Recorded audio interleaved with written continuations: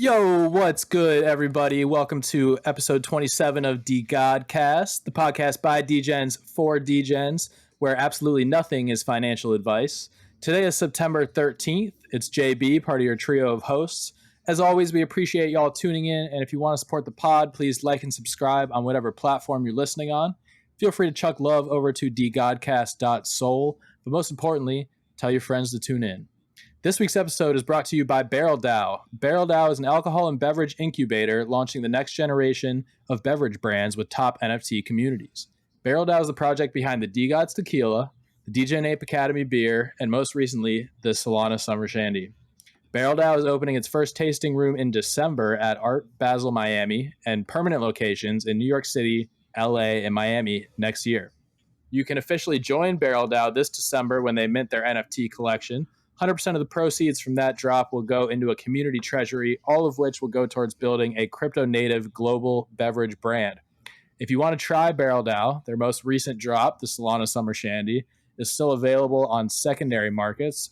You can purchase a 16-pack receipt on Magic Eden under BarrelDAO, one word, and go to barreldao.xyz, that's barreldao.xyz/redeem, to get the shandy shipped directly to you. The shandy fucks, art-wise, can-wise, taste-wise, no hangover-wise, all that shit. So we have a legend on and off the Web3 court in the DTP game, and the CMO of B&J Studios in the house today, Mr. Fast Eddie. No worries if you have no idea what I just said. We will get to all that in a minute. But first... Chapter. Hit him with a decap. All right.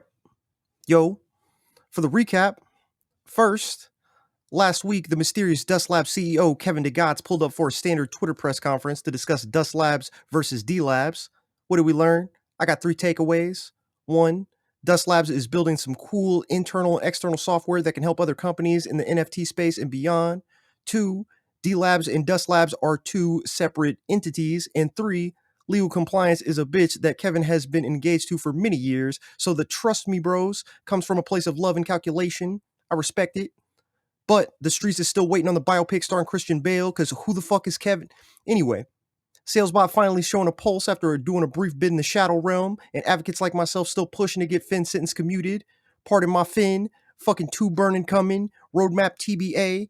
Work productivity been hitting all-time highs as the dev team been moisturizing and flourishing off camera. No external deadlines, just dope shit coming. Dust having in less than a month. DM2 Moon draining pre-workout from a tennis shoe on the back porch of heaven. Let's fucking go.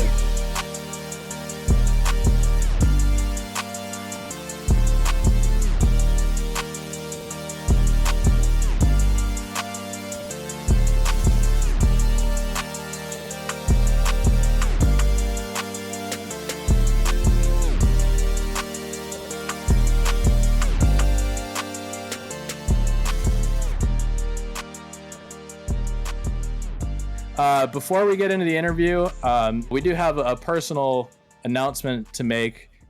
Slade, would you care to explain yourself?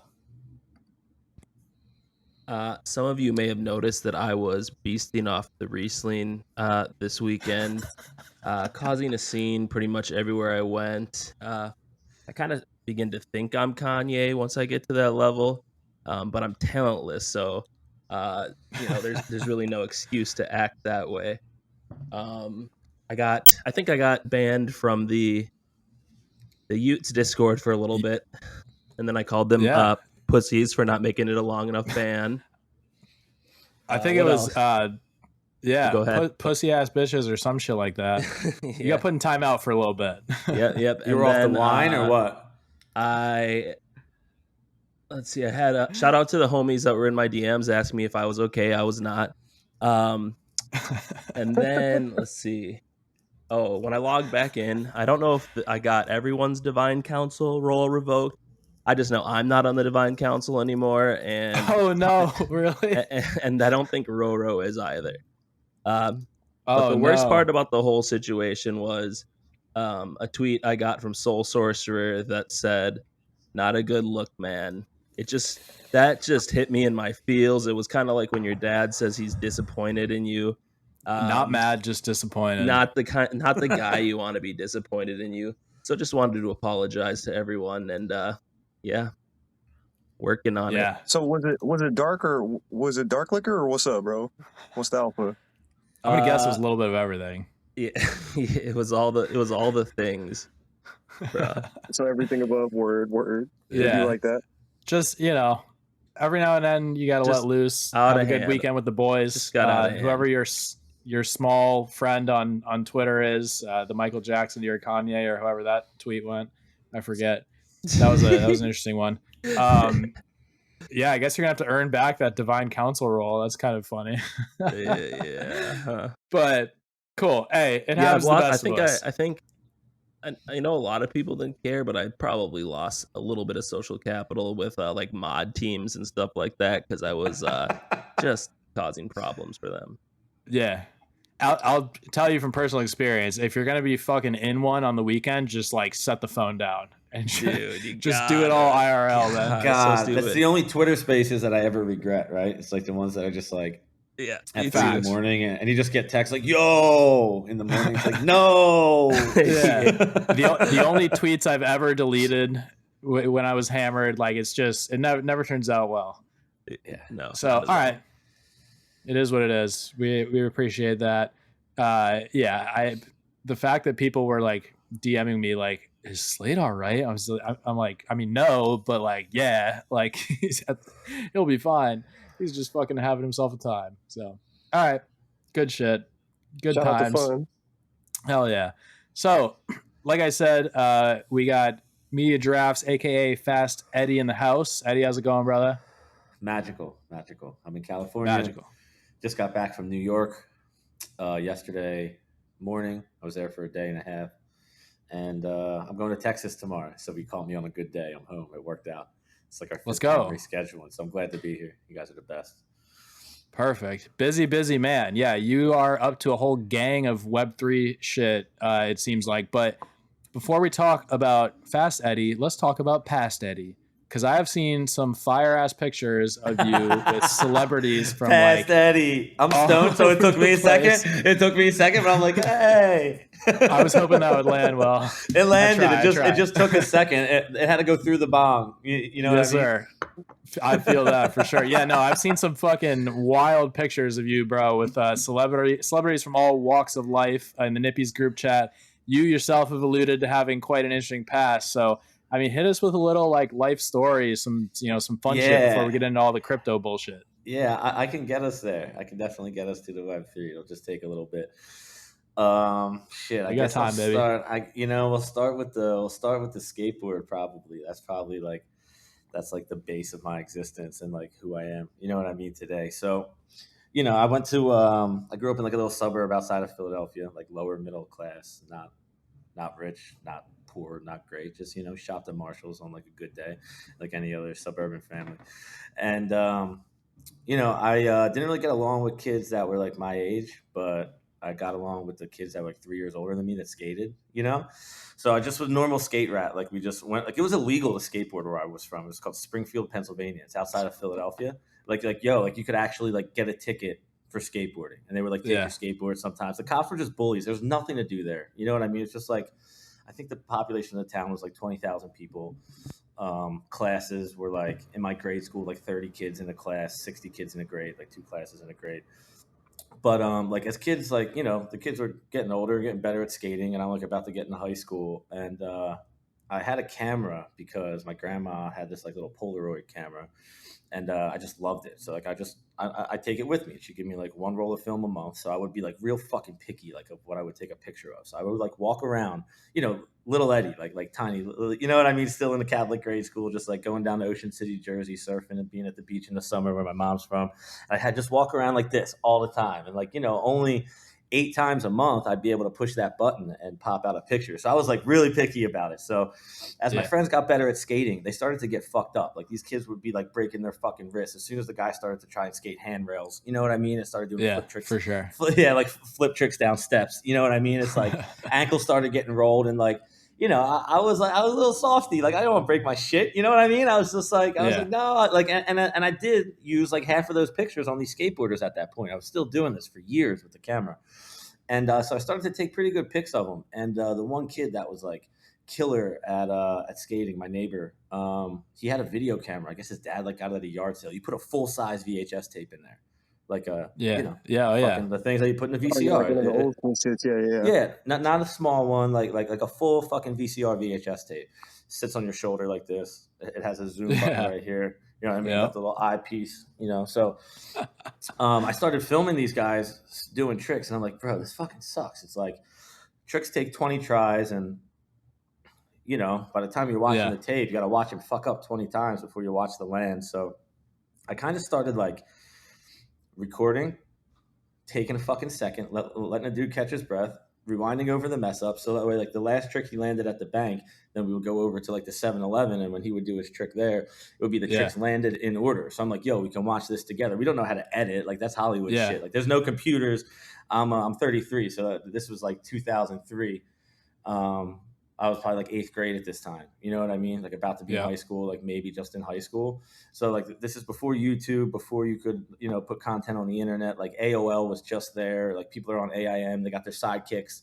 You know what I mean? Sidekick one at this point, maybe a Sidekick's chirp. fucked. Yeah, Yeah, bro. facts. Sidekick on this shit. Like RIP, you're man. trying to get in there on the AIMs. I think my username was my first one was Skatin' Beach Bum with like an 8. It was like SK. Bro, mine was skate SK8 me and then you and the number 2. It was like what AOL, like the one I wanted wasn't there, so it was like, hey, why don't you try this? And I was like, all right, whatever. And then Like yeah, the it ended auto up not being generating. accurate. Yeah. Mine was Chingy295.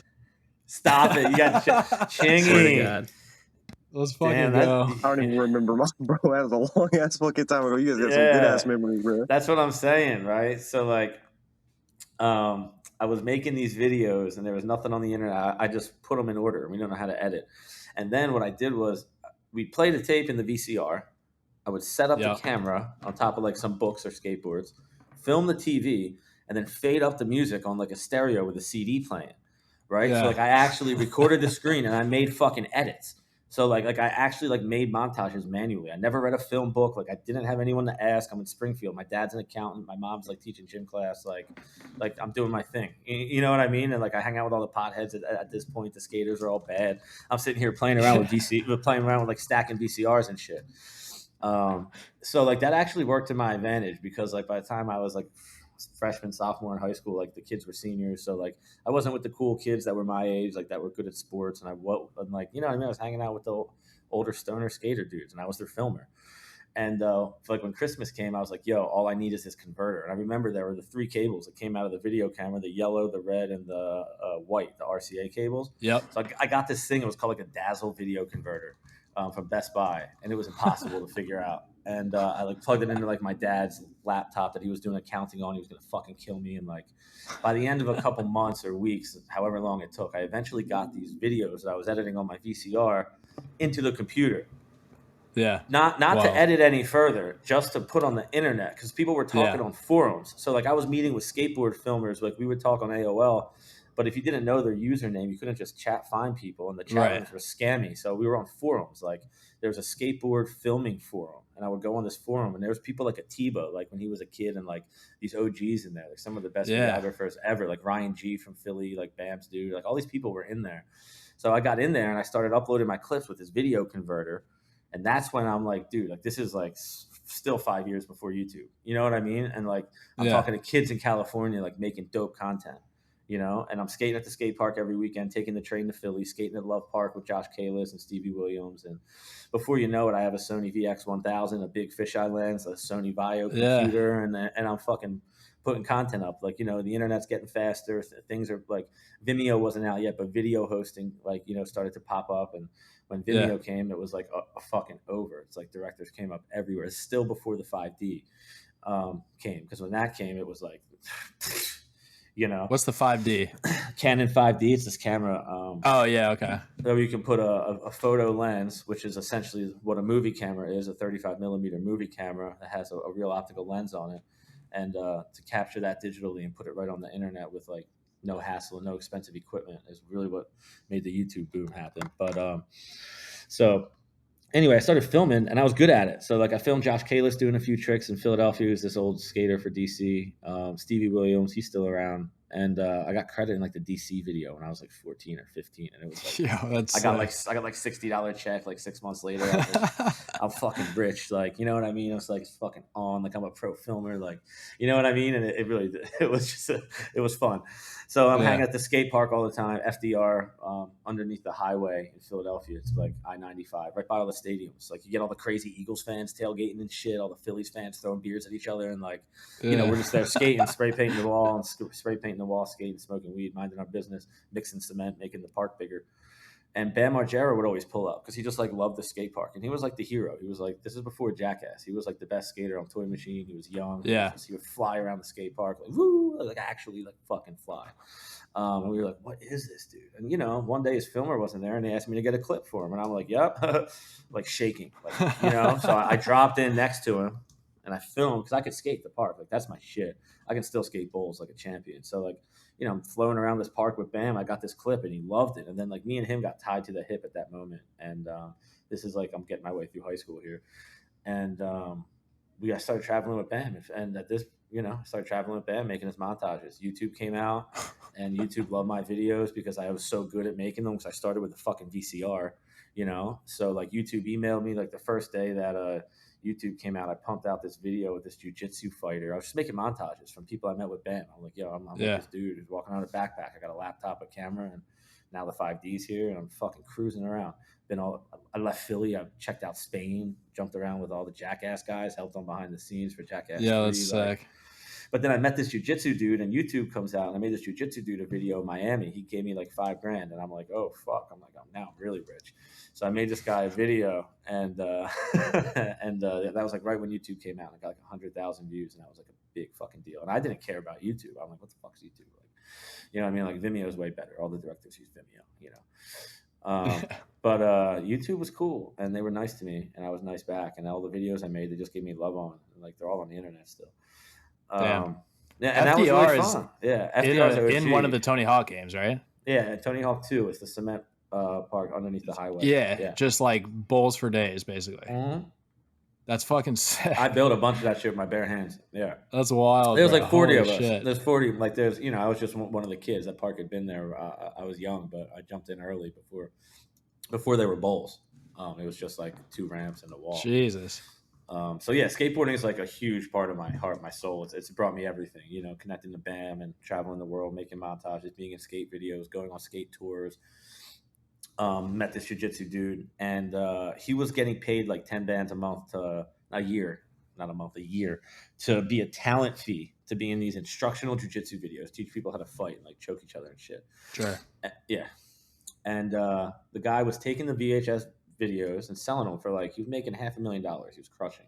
So his fighter's like, what the fuck, bro? This guy's making all his money on my shit. I'm like, well, you signed it, dummy. Like, do it yourself. Like, you know what I mean? Like, come on, bro. He's like, oh, he take advantage of me. I'm like, yeah, well, you're fucking, that's what happens out here. It's America. And so anyway, Facts. he's like, can you do these videos with me? We teach them to fight. We market. We go, bro. We go. I'm like, yeah, bro. Sure. So I, you know, built this company with this guy. I took a fat chunk of it, and we sold jiu-jitsu instructional videos from when I was 18 to 21. Yeah. Made hundreds of thousands of dollars on the first DVD. Fucking wild. 4,000 Fucking people sick. paying $37 a month. Everyone who bought the DVD gets thrown in the membership site, and then they all learn online. I started filming all the UFC fighters and putting them on the website, and then like kind of got sick of rolling around with dudes, and I was just like, all right, well, let's sell this company. And we sold the company, and I moved to LA. Checked out the trade show and got connected to my skater friends again. And like at this point, I'm like, all right, I'm good. Like, you know, I'm doing all right. Just pay my rent up front for like 6 months. Was not worried. I'm like, I'm just gonna chill, meet people. You know, work will come. And then work didn't come. I fell flat on my face for like 6 months, and like, you know, I got this red camera, I got this drone, and I'm just like, fuck, what am I doing with this? Like, I'm so good at it, but no one fucking cares. And there was an ad on Craigslist like 6 months in. So like I paid my rent for 6 months. It's like about to be up. I'm like, I spent like $200,000 just living, and was out of money. And I was just like, oh, well, let's give it one more shot. My mom was like, get in there, Eddie. Like, fucking get on Craigslist before everyone else. Get up in the morning and stop being a pussy. I'm like, all right. you know, like something like that. Fuck, Mom, all right. Yeah, I'm like, all right. So I got on Craigslist the next day, and the job was for this music video was a Galantis Runaway. It's a really popular song. This guy was directing it, and they needed a DP, and they needed a drone operator, and they needed all this shit that I had. I'm like, fucking, I'm on my way. Take the ad down, you know? The video got like 300 million views or some shit like that, and then Iggy called. I do a video with Iggy. All these celebrities start calling, and it's just like fucking fantastic. So I filmed everybody, and then YouTube turned on monetization, and those motherfuckers love me. So all these Instagram and celebrity people are popping up on YouTube now, making money, and they need to make cool content. So I had to, someone had to teach them how to shoot. So I have been around the world for the last 10 years, fucking flying everywhere, making videos with my backpack since VCRs, and now YouTube's here and everyone's doing it. 5Ds are out, and I teach these people like Jesse Wellens and Casey Neistat and all these people how to like use drones and like how to make good content, and partnered up with YouTube, did some projects with YouTube, and this is where we're gonna get to Web3 soon. So things are great. The boring shit. Yeah, things are great, and I'm in LA, and things are going wonderful. I'm loving life and filming shit. And one of my boys had an opportunity with Lyft, the car service, before they were anything, and he was like, "Yo, bro, like call all your celebrity friends. Let's promote this new car thing." It's 2015, I think, and I'm like, "No." I'm good. I'm filming all these rock stars. I'm hanging around with like King Batch and like all these like internet kids before they got popular and like right along their rise. Like the OG Vine kids. Yeah, that's where I live. I'm right here. Fucking and yeah, I'm right here on Vine Street. And that was. Wait, is that where the name Vine comes from? Well, 1600 Vine, like they all moved in there because of Vine, and they thought it was all funny. And then like I'm looking at the building, like it was Logan Paul, no way, and oh wow, all those people. Yeah, it's crazy. It's kind of cheesy, but it's crazy. So like I was making content with all those fools, and a guy at Lyft's like, "Yo, get them to promote my shit." And I'm like, "No, I'm good. like everything's good." Yeah. Like the marketing days with the jiu-jitsu stuff, it's just a little like kind of felt like a Discord grind on the whitelist. You know what I mean? I was just kind of like felt like I was pushing too hard for people's money. I'm just like I'm good. I'd rather film shit. So I was filming shit, and it was great. Like TV, you guys have all seen my shit like everywhere. Like I could probably pull up, drop some YouTube links for something. But yeah, the stuff I've directed or DP'd or participated in. But anyway, the guy bugged me enough, and I tried this Lyft thing, and I tested it with this YouTuber, and I won't say his name for financial because it's personal, but like we did 6,000 downloads in like 5 minutes for Lyft, and they paid us per download. And I'm like, what? Ooh. I'm like, okay, that's like more money I've ever seen filming. So I canceled all my film shoots and called everyone I knew. I made everyone in Hollywood a Lyft code. I don't know if you remember the ads that everyone in the world is seeing with the pink banner underneath. Like, use my Lyft code a couple of years, 5-6 years ago. Use my Lyft code, $50 and free Lyft rides. We destroyed Uber that year. I had all the Kardashians. Before you know it, I'm at Kris Jenner's house in fucking Calabasas, sitting there. This fucking guy. She was like, she's like, I will fucking bury you, kid. I remember saying, because I did the deal with Rob Kardashian and Black China without telling her. And she was like, don't you ever fucking go around my back again. I'm like, okay, I'm very sorry. When I first got there, I walked in and there's pictures of her daughter, like, mainly Kim. There's pictures of Kim all down the hallway. And then I got into the kitchen and there was a notepad and she put a pen on it. She's like, make some notes about what we'll be discussing. I'll be back shortly. She goes outside and starts watering her fucking lemon plants. I'm like, what is this fucking woman doing? I'm terrified. Some power move shit. She read a book. Terrified. And before I even got there, the security guard at the front took my phone, so I can't even call for help. And this dude had a cauliflower ear, like the thing that the jiu-jitsu guys have. I knew it from filming them. And he's like, where are you from? I'm like, Philly? He's like, I was an NYPD subway cop. I was like, sick. Like, I'm here for the meeting. Chris was intimidating. And then like Kendall Jenner called her. She put it on speaker when we were in the meeting. She was like crying. I'm like, yeah, isn't that personal? You want me to step outside? She's like, no. I was like, you're not scaring me. You're just scaring me. Like I'm not intimidated. I'm actually scared. So that was interesting. I made them a bunch of money. Made these Lyft codes for everyone you could ever imagine. I brought Lyft 2 million customers in like 4 or 5 months with these campaigns on social media. So that was like a big deal.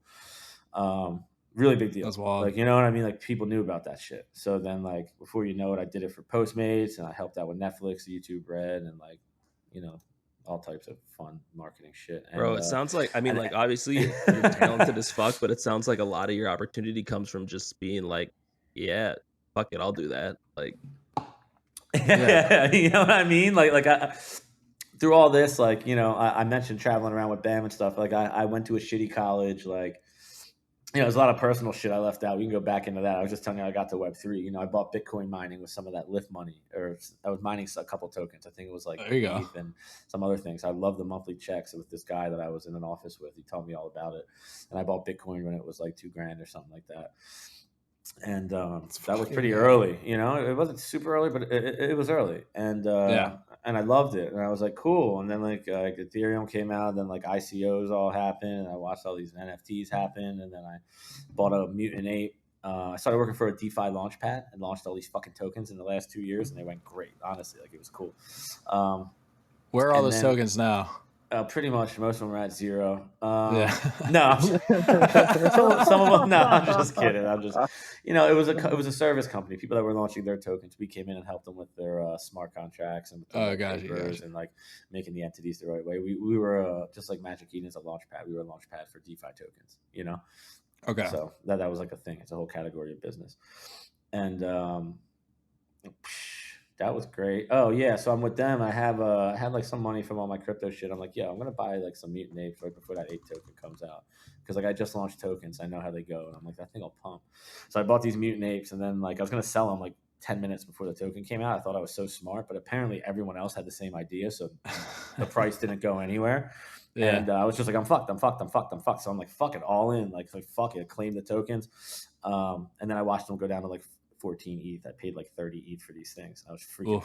I'm like, oh my god, I'm gonna have like a heart attack. And then, but the tokens are like, it's fairly almost even because the tokens were worth ish. And I was just like, fuck this, bro. I'm taking a nap. And I woke up like 3 a.m, and like the 8 tokens were at $20, and the mutants were back up to 30. I was like, sell. And then I bought a whole bag of Solana NFTs and jumped right the fuck in. Floor it all. Yeah. So you because Ape, that airdrop was not that long ago, right? Nah, I've only been here for like 8 months or so. Yeah. Okay. So did you? Before that, I had launched tokens on Solana and shit, and like used the network, but not for NFTs. Okay. Yeah. So you were still doing that like DeFi token launchpad type deal. So was your like real introduction to Solana DTP, and is that why you're well, that was the first Solana NFT that I minted. I kept seeing this weirdo walking around my apartment building on his laptop, like as if it's a cell phone. Like I'm walking his dog with his laptop. I'm like, what the fuck is this dude doing? And finally, I'm like, yo, what's up? He's like, I'm Steve. I'm like, hi, Steve. He's like, oh, I'm just buying Solana NFTs. I'm like, what the fuck is that, bro? He's like, buying Dogecoin and Solana NFTs. They don't have mobile wallets, so I'm just like, you know, carrying my laptop around, running it off my phone. I'm like, what? Facts. Yeah. What? You're good. Pre-Phantom mobile days, good shit. Yeah, so that was Solana Steve. And fuck. I hired him to be our head of Solana at the Launchpad. And first thing he did was brought me to a hacker house in LA, which was like March or February or some shit last year. And that's where I met Bartosz and Jordan. And I had minted pandas, and Steve showed me pandas, and it was cool that I could like mint this collection after it came out. Like I didn't have to buy a shitty floor one. I'm like, I can pay double the floor price and still mint this thing. I'm like, I thought that was sick. So I'm pulling the slot machine. I got some good ones and went down to the Solana thing, and the people were so nice, and they let me in their event, and everyone's on their little screens talking and building shit together. And I'm like, these people are great. And then the two guys that had these cool jackets on, Bartosz and Jordan, were talking about how they invented this candy machine thing, and they were talking about scaling NFTs and scaling the network, and how, you know, they've been with Solana for a while and all this and all the stuff they're doing and why they made the hacker house. I'm like, these guys rock. And so I went right up to them. I'm like, hi. I'm like right off the line too. I had just slammed like a bunch of white Zinfandels or some shit. And hey guys, what's up? I'm Eddie. And I was like, how do I get their attention? These guys are like really cool. I'm like they're really nerdy, but they're really cool. I get their attention. Hey, you guys want to come for a ride on my helicopter? Like I got in a helicopter in the last what? That. Jesus Christ! So you can get a helicopter for the price that's of a gonna Tesla. get anyone's attention. How do I get these guys' attention? Yeah, you can get a helicopter for the price of a nice Tesla. And my buddy who had this helicopter was like running out of money and he couldn't afford to keep it up. So I gave him like a little chunk of money. Like I don't own the whole thing. It's still mostly his, but I use it whenever I want. And he's a pilot. He's been flying for 30 years. So I'm like, yo, boys, want to come for a heli ride? They're like, what? So I grabbed their numbers. The next day, I'm like, They're like, can we bring our yo, laptops? guys? I'm like, yeah.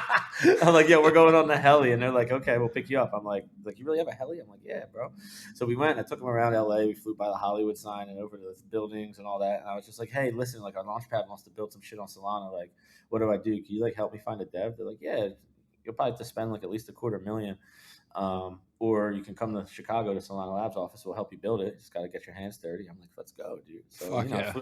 flew to Chicago, and then we got along so well they kind of poached me from that launch pad. And what was that launch pad? It's called Firestarter. Yeah, there's nothing wrong. Yeah, it's all good. It's called Firestarter. Yeah. Is it still around? Yeah. Huh. They're great guys. Yeah, they're awesome. I had a great time with them.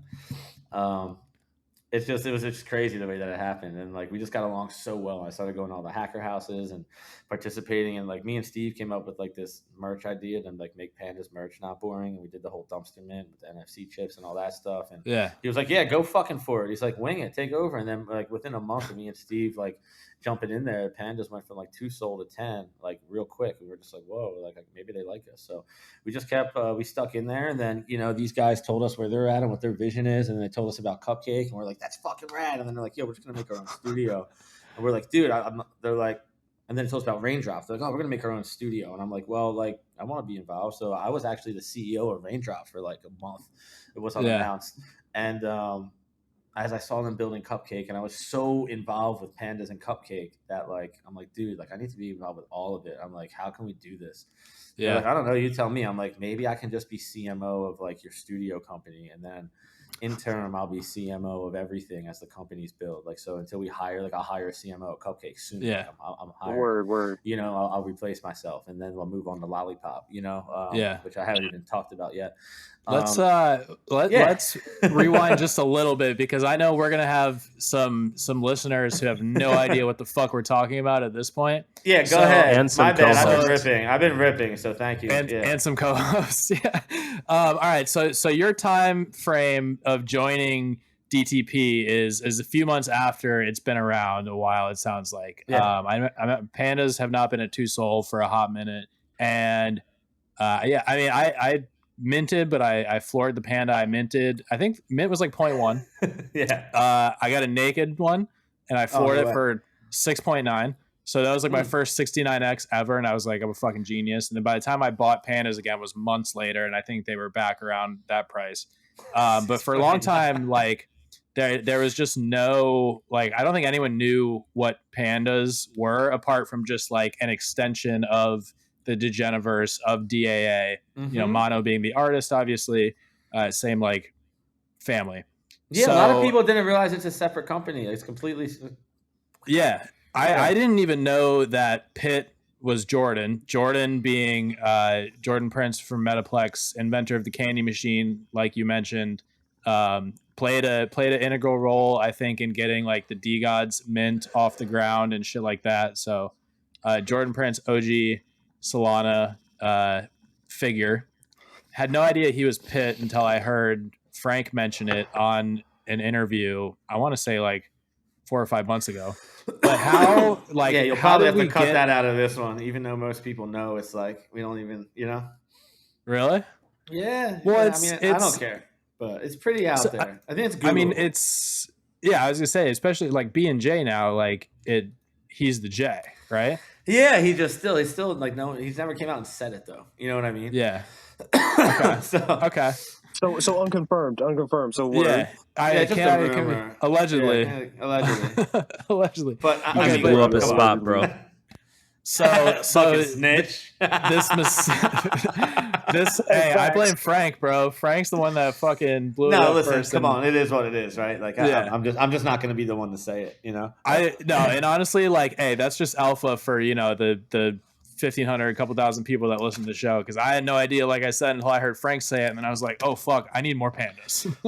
But yeah, pandas and apes are separate entities. We work together. We're like fucking brothers. You know what I mean? Like, it's the best way to explain it. So explain, because I mean, pandas went from, like I said, like just an extension, kind of the Degeniverse. Not, no one really knew what the fuck they did or were gonna do, and now all of a sudden we have Rain Protocol, we have Cupcake Protocol. Explain explain as best as you can, because I've done a fair bit of research and some of it still goes over my head. So Yeah. explain as best as you can what these are. Yeah. Okay, so at the top, you have B&J Studios, right? B&J Studios has multiple companies. Trash Pandas is one of them. Cupcake is one of them. Raindrops is one of them. And then we're going to continue to do 3 to 5 a year on the protocol level mostly. DTP was like it was like, we're not going to take on new NFT projects. That was just one that kind of represents the guys. It's like their baby, it's the use of all their tools that they help make on Solana, like the Candy Machine and Metaplex and Magic Eden and all that cool stuff. So Panda's just like, it's our way to stay fucking relevant. You know what I mean? Like Pandas are fucking awesome. Those little fucking raccoons are so cute. Like they're fucking the best. So it's like, it's been an affordable entry to the quote unquote like blue chip or OG Solana NFT section for a while now, and like it's just, since me and Steve stepped in, it's really taken these guys technical visions and making it become real and being megaphones for their work, because they're masters with the keyboard, but Pitt is not a master with Twitter. So like now that like I kind of stepped in with Steve, we kind of all got on the same page. We're only hiring from the community. We're expanding all the time. Our ideas are only getting bigger and bigger. We're not involved in any dramatic conversations. We don't want any part of it. Like we don't have opinions on it. And we're working together with the apes on some new shit too. Since they're on Spaces right now talking about it, I'll drop it here too. We're doing these little race cars with West Coast Customs and this video game company, and they're like not like Matchbox cars. They're that size, but these are like model cars. So it's like a Porsche with rims and a stick shift knob and like the whole fucking like all the decals and like slits in the tires and like all that stuff. And they're really special and they're really cool. We're doing 3 models for Pandas. I think they're announcing on Spaces now that they're going to do 3 models with the apes as well. And then maybe 1 for the egg, I believe. And it's really cool. So we all came together on that project. We're going to mint out an NFT. They'll have different rarities and different, arts, and they'll get a different car. He'll be able to redeem the NFT for the physical car. And the car will have like one of these like cupcake stickers on it. Yeah. On the packaging. And they'll be able to just tap it with their phone and get another NFT sent to them. And the rumor is that you'll be able to use that NFT to like race in the game, gamble some money for Soul. So it's like a whole process. What game? It's not out yet, but it's done. Okay. Yeah, it's completely done. It's sick. Like a DTP racing game or like some side? It's like an existing racing game that's on ETH, and they're coming over to Soul, and they're fucking awesome, and they're affiliated with West Coast Customs, and they're sick. Gotcha. So I played it. I saw it. It's fucking awesome. I used to play that drag race game on my laptop or my computer, Nitto. It was like a drag race game. I don't know, some nerdy shit, but it was fun. It's like, you know what I mean? It's better than pulling a slot machine. At least I have control of the car. So we'll see how that goes, but it's just like the idea of like using this tech and putting together digital and physical stuff, and like continuing to like give people new things like a DTP, like expect more mint, expect cool stuff, like expect it to continue to grow, and I think it's only going to go one way. I mean, people are starting to respect and understand the work that Pitt and Viper put into this shit. And then Cupcake is all about kind of bringing physical stuff and NFTs together. It seems like there was I have some like Lala trash that I don't even remember how I got, but I went and I checked my Cupcake wallet today because I knew I had one and I had some trash in there. The Tommy Hilfiger thing, which I just saw the video of, I think yesterday. That's sick. That was fucking awesome. Tommy Hilfiger activation for Cupcake Protocol. So like, what is that? Are a lot of these things like Cupcake Protocol, I guess specifically, is this just like, a Pitt brainchild where he's just like, this would be a cool fucking thing to do? Or are a lot of, because that was my initial thought, but now hearing that this racing game, everything is Bartosz and Jordan, right? So like I think Jordan spent a lot of time on Raindrop protocol, making NFTs recognizable as players, and making them able to enter matches and hold items. I think that has been Pitt's baby for the last like 6 months plus, maybe even a year. And then while that was happening, Bartosz was working on Cupcake mostly, but then they both help each other on everything. But like, that's how I kind of saw it from the inside. I saw it as they both kind of have their babies, and they both really help each other with things that the other is not good at. And they're like the 2 best devs I've ever met. So like anything we've ever came up with, even for Tommy, like I think B gave himself like 2 days to make Cupcake have a custom Tommy claim page, which is like, and it worked like around all these people, like in a crowded area on cell service, Yeah, like on video Solana. was sick. Dude, Yeah. I had that dude from the Celtics fucking minting on it, and like the guys from Rove were so awesome, and that lead came from a CEO, the dude at the DAA and shit, and like it was all just a great joint effort, and it's like so good for Web3, and it was just great, dude. Like all this stuff, like I love the in real life shit. Like I met up with the dude from Solana Spaces when I was at the airport the other day. Like that's how connected to these people are.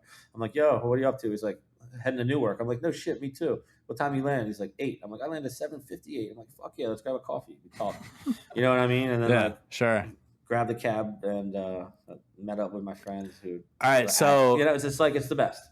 Yeah. Yeah. Cupcakes, sick. It seems to me it's like, you know, we've seen like anybody's kind of do the whole you buy an NFT that's a hoodie, you can turn it into a real hoodie thing. Cupcakes is almost like the opposite of that, or the two in, you know, synchronized with each other. You can buy a hoodie or whatever, it has this cupcake sticker, you can then scan the sticker, get an NFT hoodie that maybe, you know, you can use in a metaverse down the road or some shit is what it seems like. You can do whatever you want with these. So if you tap your phone with it, it can turn on a one of one NFT and you grab it. Yeah. It can give you a candy machine mint. It can give you an addition of one. Do you have any alpha on the Nippies merch potentially working with Cupcake? I just know that it's going to happen because like if Scuba wants to do anything with Cupcakes and he's the brains behind Nippies, then like he's just going to get whatever he wants. You know what I mean? Fuck yeah. It's going to be really easy for him, and we're going to support him as much as possible because I actually have a son named Shane. So whatever's best for Shane and his future is going to be good with Cupcake, you know? Okay. Yeah. All right. So let's talk Rain then a little bit, because that's the other like big product. So I'm going to explain it from my perspective of somebody who owned a bunch of pandas and claimed my Rain from them. And then you correct me and tell me what it actually is. So Rain, from what I understand, is like a universal gaming token. And it's basically like, okay, you're building a game on Solana.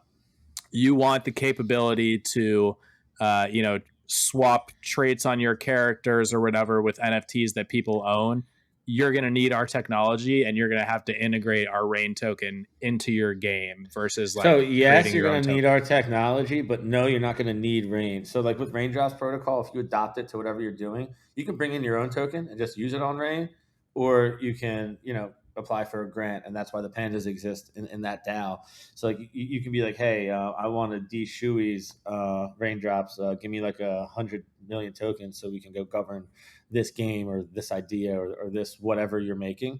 And then if the pandas decide to vote yes on that, you'll get your stuff, you know? So like it's that. And that's how like the tokens working. You know what I mean? It's a utility token. Like, you know how everyone uses Dust for everything? Like you can use Rain essentially for anything, but it's meant to govern the Raindrops protocol, and then like that's what's going to be considered in that DAO. So like if you have a project and you guys want to make a game and or if you even want to make a token like that for your staking, and you don't want to go through the process of like having to spend $500,000 and call the lawyers in England and make the British Virgin Island companies and do all that shit that I don't understand, then like you can call Rain and put a proposal in and get your tokens and use them and do it legally. So it's actually like pandas are like a force in a tech company. Like you know what I mean? It's just a force, you know, and it's just a matter of time before it explodes. And it's really cool if it doesn't, because we don't really care about the floor price. I mean, it's nice to see it go up sometimes, but like it's like, you know, it's bigger than the floor. Yeah, it's fucking gnarly, dude. Like we're doing crazy shit. Like I used to watch West Coast Customs on TV. Like this guy is literally like fucking spraying down and buffing these cars, and, like, using like this like metallic electro paint and like telling. That's what it seems like. It's like a lot of people, I think, they see something or they see, you know, like a utility or whatever that a project is trying to build, and they think of it as like, how is this like an investment for me, or like how does that make the team, you know, money or whatever. But it seems like everything you guys do is just like, yo, wouldn't this be fucking sick if like this existed? Wait, you see what we're doing, man? Oh man, we're completely gonna do a space shifting situation in the next couple of weeks. I love that. So all right, Cuddles just said on this topic in the YouTube chat here, shout out IMSO game for getting the vote passed. Been pulling in 9 Rain per day. So what does that mean? Does he have like pandas? And he's pulling in Rain from those, own NFT, and he's awesome, and he has his own game. And if you have his NFT and you stake it, you get Okay. paid in Rain. So like he's Okay. using the token because he doesn't want to go make a new token, and he has a reason to use it. So pandas were like, that's a good reason to use those tokens. I grant you these tokens. All the pandas said. Yeah.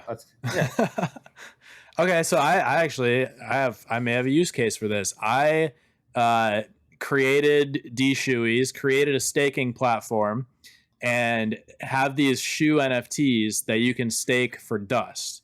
Now, the dust part is not super sustainable as I add more shoes, right? I was getting a lot of the dust from Barrel DAO. They have a DeGod, and they were just giving me the dust to give away to people, who do shoeies, stake their shoe. I could go to Rain and say, hey, I want to expand my shoey to earn project. And instead of using dust, I want to use Rain and let people stake these for Rain 1,000%. and ask for a grant for X amount. Oh, you need 1,000 votes. I have 50 pandas, there we go. All right, 0.5%. 950 votes. I think I have like 7 or 10 pandas. I forget. So like I need like 940 votes. It's reasonable, right?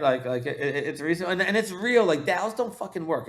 Everyone calls themselves a DAO. It's just a bunch of Karens yelling at each other. Like this is like one panda is one vote, and it does something. And if you don't like what it's doing, you vote no. You can use the pandas to vote no. You can make that shit not work. You can be like, yo, fuck this. You know what I mean? Like these, they can even make groups. So I think what's about to come out next is like, if I don't feel like dealing with it or voting, I can give the voting power of my 50 pandas without giving my pandas away to someone else that like I trust. It's called vote delegation. So like our DAO is pretty dope. I think it's like a realm. It's built on realms on Solana. It's really cool, man. So it's we're doing the best. You just got to get in there. Like people just don't get in there. They're like, oh, check out the floor price in the chart. Like fucking, see the fuck. Oh yeah, fuck yeah, bro. Like the floor experts and the chart experts word. Yeah. I mean, I'm guilty. I think I voted for like the initial Rain quorum or whatever the fucking word was, and then after that, I haven't checked since. So. Guilty of that myself. Well, you can pass your votes off to someone that cares. You know what I mean? It's like, it's that easy. Yeah. Sounds like I need to, honestly. If you care. If you don't care, just fucking hold on to them and don't do shit. Like, I'm just whatever. Facts.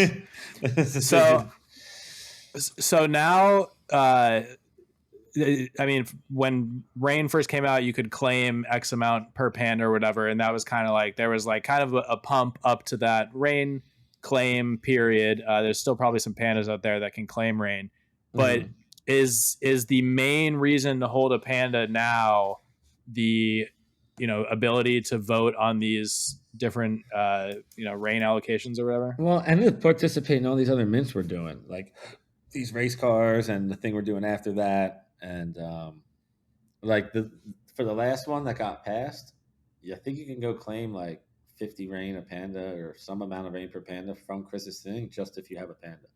So like they're so you can claim left and again. Right. Yeah, dude. Like if you claim it once, there's no reason to say Pitt's not going to be like, yo, go reload these motherfuckers, especially the ones who didn't list after the first claim. Like we can do that whenever we want, and like that's the beauty of working with Pitt, because he's going to be like, ha, fuckers, let's get them. I'm going to be like, all right, yeah. You know what I mean? All right, yeah. So like we just cook it up real quick, Okay, so give me a little more info on this race car mint. That's going to be like a panda exclusive. What's the supply? What are you actually minting? So how does that work? It's for pandas and apes. Let me do the math in my head. There's going to be a total of I'm not totally sure. Somewhere around 2,500 total across for apes and pandas, because not everyone's going to want them. You know what I mean? Sure. And we can't make so many because they're fucking handmade. But I'm pretty sure it's something like that. I think it's like, or maybe I'm wrong. Maybe it's like 700. Is that 1,400? I don't know. It's either 1,400 or 2,500, somewhere around there. All right. I'll check the chat if you. There's a number. No, we're good. There's a number of cars. There's a number. Is it just going to be like a free for all, or what's the deal? No. People are going to have. I don't know. We're making that game up now, but we're going to take care of our people. You know what I mean? But it'll be for panda and ape holders. This specifically the cars. Yeah. Cool. And is that going to be on Solana or ETH? Because you said the game is on ETH, I think. No. The original game was on ETH. They're coming over to Solana and making a whole new life over here. and their tech's just fucking awesome, and the game's great. So as soon as it's run Gotcha. out, so yeah, hopefully Okay. that ends up working with this. But it depends on them. I can't rely on them, but I'm pretty sure they'll do good. Yeah, so sounds legit. All right, I got a good one. Shout out Rip, because this is something I wanted to ask about and I may have forgotten. Give me the lowdown on Exalt pandas. Oh yeah, so they're awesome. They're like our, how anyone has like a sub DAO, like the OK Bears have the 4 trait DAOs and the coral DAOs, and DeGods. Don't you guys have like the barrel, right? Oh, we And got all that. Mickey You got D all gods. types. We're the got all- fucking king of Yes. sub DAOs. So our sub DAO is the Exalt DAO. It's like the strongest one. Like, we got our McD gens and some other cool shit going on, but the Exalts are like, they got their own Discord and they're like highly organized and they do things together and they're amazing. So something got fucked up during the mint for pandas, and they had to start over. So there was like 600 first people that got their pandas. Pitt called them the exalted ones, and they called them forever his favorite children. And he said he'll always take care of them or some shit. Yeah. So he just promised them the world, and people held on to him, and he gave them invisible traits. Like one of the traits is like B plus J, and that's like the rarest one. One of the traits is monolith. One of the traits is like tell me a joke. One of them's like all these. One of them's like emotional damage or some shit like yes, that. psychological trauma or something like that. Yes. Yeah, so he has all these invisible traits, and he just always promised them something. He never gave them shit. And then when when rain claim happened, that's facts. That's when the rain claim happens, I think they got a triple claim on their amount of rain, and like even down to like the dumpsters that me and Steve made, which was like a merch thing. The Exalts were the rarest. So like if you go grab like an Exalt dumpster right now, what you do is you redeem it for the hoodie, and then you can put it on your panda. If you put it on your panda, it goes on there permanently and affects the rarity. And the Exalt dumpster on like an Exalt panda, you can go make like a rank 5 like right now. You know what I mean? Jesus. Not Holy shit, bro! I did not know that, bro. Yeah, Okay. So it it's does alpha affect right the there. rarity. 1,000%. Yeah. So I have rank Yeah. 5 panda right now. I'm trying to figure out how to make rank 1. I've been playing with it for like a month. Jordan was telling me. But like it's cool. Like, and that's a physical hoodie too, right? Yeah, you get the dopest hoodies ever. I mean, me and Steve spent like months on these things, and we worked with these all different fabric sources and different factories. Do you know if any of those have shipped out? No, we just got the samples, I think. Nice. Yeah, because it took them like China has all these fucking holidays that I don't know about, and and we had to get the right kind of NFC chips. Like, here's a standard NFC chip. This is 100 of them. Yeah, that's how thin they are. So I needed to get like a waterproof one that like wasn't as thick as this one. Mm-hmm. So they so they're sewing it in the sleeve, so it's not on the outside, so people can just tap it. It's inside and whatever. And it just took a while to figure it all out. But anyway, we made whatever kind of dumpster you get, the hoodie's different. So if it's like an orange hoodie, it's an orange dumpster, orange hoodie. And the Exalt ones have specific stitching on them, and the zombie ones have stitching. And the gold one, we went bananas on. It's not even gold. It's so sick. Holy shit. Yeah. I forgot there was gold dumpsters. I bought a bunch, and I only redeemed one black one because I wanted the black hoodie. I forgot there was fucking gold. Dog, the gold one, it's actually a black hoodie, and it has these like puff patches on it, and like it's just so fucking fire. We just designed a completely random sick ass panda hoodie. Yeah, because we were like, dude, there's no cool gold fabric. Like, it's corny. Like, it's either like a mustard ugly brown or it's like tin foil, and like no one's wearing either of that. So like, what about the what's the like marble looking? What is that trait called? Oh, antique. Antique, yeah. That one's fire. I love it. That one's sick. Okay. Dude, I mean, they're all. It depends, like what you like. Like the black's the best. It's black. You can any time of day. But then, like even the orange and the brown's fire because you can just wear that. Like if you have a color, like a bright one, even like the acid one, you just wear all black with it, and then just put that hoodie on. You know what I mean? It's like it is. They're all unique. And like the acid one has like bloody footprints going across it. Oh. Yeah, it's like we made really good shit, bro. Like there's like embroidered and patches, and the strings, the strings are custom, and they say trash on them all the way down. Like damn, like they're that's fucking dope. I mean, that's I'm not gonna make a cheap hoodie. Like we know what everyone paid for the dumpsters. Like we and Pitt was so pissed that it took so long. He even paid for air freight. The air freight was like 30 G's. He paid that shit out of his pocket because he was kind kind of bummed about it. So Floor on gold dumpsters is 33.3 Sol. stop it. Yeah, Of course it that's is. fire. Someone just did that who was listening, I'm sure. Yeah, right. No, we don't have that They many know friends. when we talk about shit on the show that I'm going to look it up on Magic Eden right away. Yeah, no, I have a second window open just to be like making sure I'm not missing no shit. Yeah. So as far as like premium on Exalts versus Floor Pandas, like I know you said they it got just depends 3x how the active drop, you but- are. Like if you're like if you like being in your NFT community and you like hanging with people and you like doing your shit and like being a part of stuff and making money with like your friends, like there's some smart motherfuckers in that Exalt stuff and they're great. And yes, Pitt tends to reward them and I tend to reward them and give them whitelisting and opportunities to like guarantee buys. Like I'm always going to take care of them. So yeah, Yeah. if you're active in the community, it's definitely worth it. And the price seems to go up. It spikes too. Like when the floor goes up a little, the Exalts go up a lot. So it's like it's definitely I mean, they're cool, I think they'll always be taken care of, So Yeah. it's just I had up one. to you, like Solana Steve's a floor whore. Like he just wants the floor. Like he don't care if there's a chicken wing coming out the lip or like he doesn't care about nothing. Like he's just the more pandas, the merrier. yeah, floor whore. Like I like to pick my Yeah. traits and shit because I don't really sell NFTs much, so I like to get one. Yeah. I'm a mix. I had a McDegen Exalt that I lost when I got drained a while back, which is kind of a bummer. But yeah, I just felt like I had to have one. But no, that's a good point actually, because it's the same thing with like buying a Mickey DeGod. Like yes, they trade at a premium, but the reason they trade at that premium is because being in that sub DAO and being in that community provides you all of this other value that you don't get just from I meet up with those motherfuckers. I talk to them. I consult them on what they need. They consult me when I need shit. Like they're great. And now, like when we go to launch other mints and other parts of our project, we include them and like we consider them like be a part of our fucking family. So yeah, it's sick.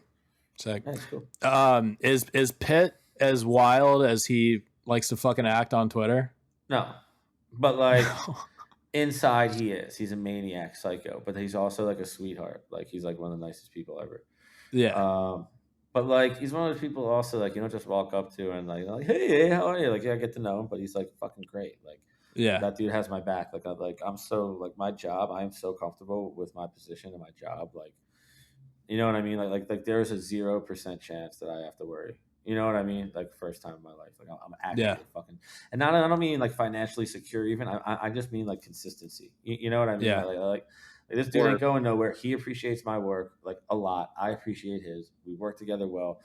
We don't even bug each other that often. Like we talk all like every day, all day. Like in like half the time it's memes, but.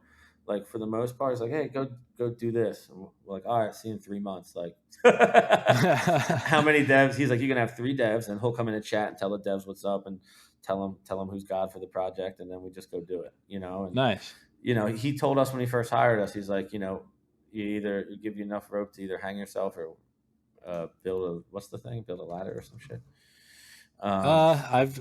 Rope ladders exist. Yeah, that sounds right. How's that sound? I didn't deliver well. I don't know. I feel like it's something else. Yeah, how come crypto took a shit today? Do you guys know? Was today the ETH merge? No, all I've seen is CPI. people choasting. CPI. I don't know what that means. It means inflation was more than it was estimated to be again. Is it higher than 7? On purpose, or is it seems like. Yeah, that's because they don't fuck with crypto. Yeah, I have seen. I have no idea but, what like, I'm talking people, about. Yeah. No, all I've seen is people posting the ETH like minute chart, and it's literally just a cliff, like straight down. Yeah, and talking about how much money they made shorting it. Yeah, I'm not a chart guy. Don't even know how to read them. I don't want to because I feel like if I start to learn that shit, I'm gonna be glued to my screen even more. Yeah, because it really is like it's called day trading for a reason, right? Like you're doing that shit all fucking day. Yeah, all I know is I like when my money goes up, and I do not like when my money goes down. That's the extent of my knowledge on charts. I can relate to how'd that. you make the bubbly VTube DeGod guy? The who, what, where, when, why? The John you're using to do this the call. guy, So basically, it's a program called Character Animator. I had pen friends hook this Puppet Up, it's called. They basically just rig it, and then I can go into the program myself and live stream with it and shit. I can do some cool Great. shit like Hit that J. take this joint out of its mouth or put it back in, and then like blinking and crying and shit. That's so rad. It's fucking wild. I I love forget that that I have one of those, right? I'm gonna record with it one day because I think Yeah, my you have chain one. like fuck yeah, you blings have and one. shit. Yeah. Yeah. Hell yeah. I don't think I've ever seen yours, JB, like in action. Like never. No, it sounds like a lot of work to set up, so I've just never done it. But I'm definitely gonna get to it because those things are fucking sick, dude. And they make for some sick like clips too to post on Twitter when it's just like a bunch of DeGod heads talking and shit. Oh my For god! sure. Like you could make so much content from these podcasts alone. Like just from him being like, Yeah. We've been trying to up our content game too and trying to get some more. Well, you clips got to going be and like shit. Gary Vee, dude. You don't even have to film content. Just get one dude to clip you up 10 pieces from each fucking podcast. True. Yeah. And you just got It's like true. 10 tweets, 10 TikToks, 10 Insta stories, 10 everything. Yeah. We need an intern. Fuck. Hey, anyone looking to do a lot of work for next to no pay, hit us up. We're hiring. We're hiring. I don't know if you can call it Investors hiring. could be you. Hey, Facts. Clout, we'll shout you out. Yeah, fuck yeah. Give us all the under 100 follower people on Twitter. We'll pump your numbers up a little bit. So give me a day in the life of being CMO of B&J Studios and all these other protocols underneath that. Like, what actually do you fucking do for these projects? Yeah, so it's man, a day could be a number of places, a number of ways, but let's pretend I'm not traveling that day. I have 2 cell phones. One's for work and one's for not work. Because my not work one got hacked on Telegram last week, and they stole over 80 grand from all of our friends.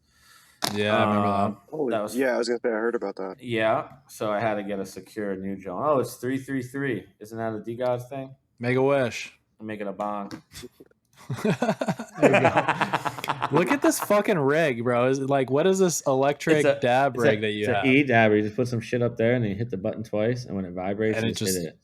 And then that's you fucking clear it with a wild. button. Yeah, it's fantastic. Yo, smoking weed has gotten incredibly. Dabs used to be disgusting. You used to get those butane things, and your coffee Yeah. table would be all black and shit. Yeah.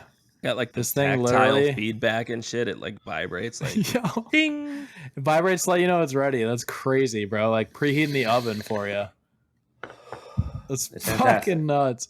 It's crazy. Fantastic. Yeah, I've been smoking for a long time. I used to have seizures, dude. So like, I used to take these crazy epilepsy pills that made me like a fucking zombie. And my doctor, when I was like 17, was like, "Yo, do you smoke weed?" He's like, "If you can get indica, or like Kush," he's like, "Smoke that shit and don't take your pills for a week and see what happens." So I'm like, "All right." I smoked ever since then. I mean, I've had like 2 seizures in like 12 years. I used to have like 4 a month. Yeah, it's Damn. crazy. Yeah, it's insane. Yeah. Yeah, so if you have a seizure, do you just like, like as soon as you're like out of it, do you just like roll up, or you know what I mean? Like, how yeah, does that work? yeah. Like, Usually, like if my memory's there and I know what weed is, yeah. Sometimes I get like Word. amnesia though, and I don't know where I am or like who anyone is. But like that's terrifying, bro. Like the one Yeah, time that I sounds woke scary up as fuck. and my mom like walked up in the ambulance because I just like woke up in the ambulance. I was like, "Who the fuck are you?" Damn. And it was that's like the fucking wild. saddest moment of her life, and like it was for me when I look back at it, but at the time I didn't know who she was. Yeah. So like, yeah, it's crazy. There's like a short-term amnesia sometimes from these like grand mal seizures, and weed really helped me with that. I don't know how we got to that part. The Have you bomb. always You ripped gotten a seizures or gigantic how fucking yeah. Speaking No, of but amnesia, we were just saying every day. Like I wake up, I jump in Telegram, I check on the boys, I check in with Solana Steve first because he's like my right hand. He's the creative director for B&J Studios, and me and him work very closely together on like operations, like just day to day. Like he lives in the same building. He like I could tell him to come down. He could jump in this shit right now. Like, so I check in with Steve, make sure we're all lined up. Check in with our COO at B&J Studios and our lawyer, make sure those guys are all good. And I go check in with B&J, see what they're up to. And me and Steve are really the only ones that are kind of like, we work like with them like all day. Yeah, we just check on shit. And if we don't need to be checked on anything, we just go do our thing. We have scheduled calls, just like we have a BD pipeline. Like even like for Cupcake, there's like 220 leads that are like well qualified to work with us and like pay us for our Jesus. services. Like people like what we just did over the weekend are all client services. So it's like, we run through that. I rip some tweets and take a shit. You know what I mean? I log into Cupcake's Twitter and make like a bakery tweet. I log into Panda's Twitter and call everyone a piece of shit. You got a bidet? Yeah, I wish. I love those electric fucking toilet seats, bro. The ones that got the, you know what I mean? That shit is fucking. Even if you just get like a regular, like non-powered one, it's worth it. Like you can get one for like $30 on Amazon, dude. Just throw one in every bathroom in the house. It's a fucking game changer. Bro, but the ones from Japan that are like $600 and like they can sense when your ass is hovering over the seat and it starts playing jungle waterfall noises so nobody can hear you and it warms up and warms your cheeks up. What the fuck? Those are like what's that company called? It's like Toyo or something? Something like that. I got startled the first time because I was in the Japan airport and I sat on it and I was like, damn, a sumo wrestler must have been sitting on this bitch right before I sat on it because it was like 90. Warm as fuck. Yeah, it's like 99 degrees. Yeah, I feel like that would weird me out, bro. Like it's lovely. It's fucking warm lovely. And it's like it's often cold at night, bro. You forget, but it's often cold at night. I'm a backer of electric toilet seats. In my own house, it's sick. Yeah. In public, I'd be like, it would take me a second. But so I was saying today, it's like, I check in with everybody, run through calls, get my tweets out, trashy tweet for Pandas, an inspirational tweet from me, and like, all that shit. And then, I usually take calls from like, I'll let calls be on my schedule from like 9 a.m. till like 1 p.m. And just like in little half-hour blocks with, different people from Solana, like from whoever, we work with everybody, like ASICs, step in, like we're working with the best of everyone. It's great. Yeah. And then after that, like in the afternoon, I like to sync up with Steve and do like our creative shit and like figure out the plan for stuff and write down processes. And Steve makes these amazing decks that are like visual roadmaps. We don't publish them because roadmaps are like promises and securities. So we just kind of make them and keep them internal. But everything we're doing has a nice plan, and me and Steve are at the source of a lot of it. And it seems crazy to be able to do like 6 jobs at once, but like when you love it this much and it's all kind of connected, it's fairly easy.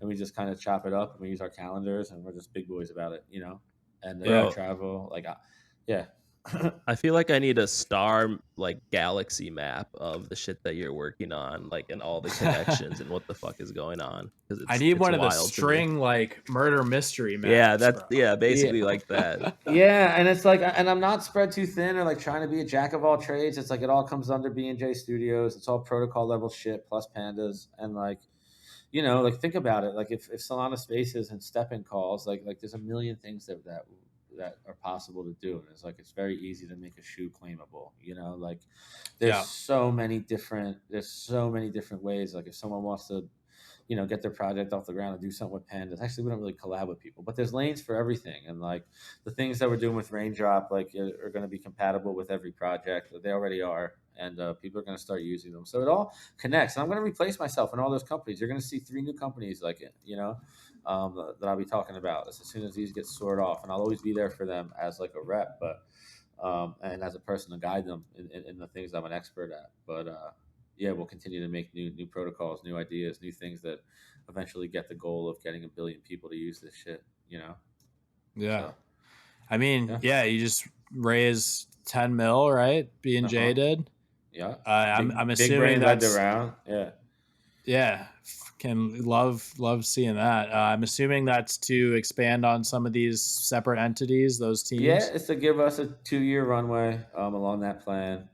Get a CEO in there for Cupcake, CMO in there for Cupcake, same for Raindrop, and get some kick off some revenue generating streams and just support. So, for the launch of the business. Sure. And so you're hiring like at scale, or are you just hiring like a few key people to?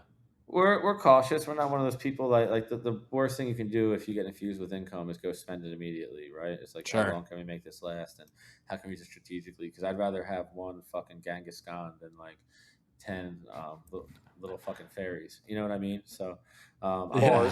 I'm down to do the work until I find Genghis Khan, and then when I do, it's I'll go find the next one. Like Steve is like a fucking diamond in the rough. Like no one's like that dude. Like that dude's owned a Yeah. magazine. He's ran it. He's been on fucking TV. He gets entertainment. He's from Philly. He's humble. He's a nice dude. He reads the room. He can communicate well. He can adapt. Like he's fucking A grade, top tier executive. Like that dude deserves the world. Like all right, next let's find the next fucking Steve. Like I don't know if there is one, but like I need diverse people like that are versatile. Not everyone should be doing everything. And now Steve's found his role, and he's creative director for everything. Yeah. Sure. So it's like, what are it's the really odds cool, that he's bro. also Yeah. from Philly and you guys end up in Dude, the when I got same his fucking phone number, building? and we had the same area code, I'm like, no fucking way. You from Delco? You want to go get a cheesesteak? You from Go. Delco? How you doing? You go down over to the Wawa? You going down the shore this summer? Call your mother. Jesus. Yeah. Yeah. Want to get a cheesesteak after the game? What are you doing? Sure, that fits in great in fucking Hollywood. It's fantastic. Because Oh we God, feed dude. off each other with it. Like, yo, pass me that John. My girlfriend will be like, what? Like, Pass me yo, that John. some of that John. She'll be like, what? I'm like, Yeah, there's that's John. JWN for you. You met John, that? It's what? What? Jesus, I love that. What else do you see protocol wise coming down the pipe? You said you're talking about doing 3 to 5 of these a year through B&J Studios. Like, wait, what Correct. else is on the radar? I think Lollipop is probably next. What's that? I won't say much yet, but I'll just say Lollipop's next. Yeah. Okay. Yeah. Can you give us any? Give us one word that we should associate with Lollipop. Protocol. Are you gonna be naming all your I shit got like after a lawyer and sweets? shit. Or is that a coincidence? I mean, it just seems Shout out fitting to for this one. compliance. Yeah. Compliance. All right. So if I said, all right, here, let's play a game. I'm gonna say a word and then a word that I think of when I hear that word, and then I'm gonna give you a word, and you're gonna give me a word that you think of when you hear it. So I hear cupcake, I think merch. You hear lollipop, you think Protocol. right, worth a try, worth a shot. And yo, worth you a shouldn't try. think merch when you hear cupcake. You can do anything with cupcake. It's like, Yeah. bro, you can put this shit on. Like, look, this is a cupcake. You can put it on a business card, like a menu. Fucking. What is I that? like What it. is that one specifically? This is for an office.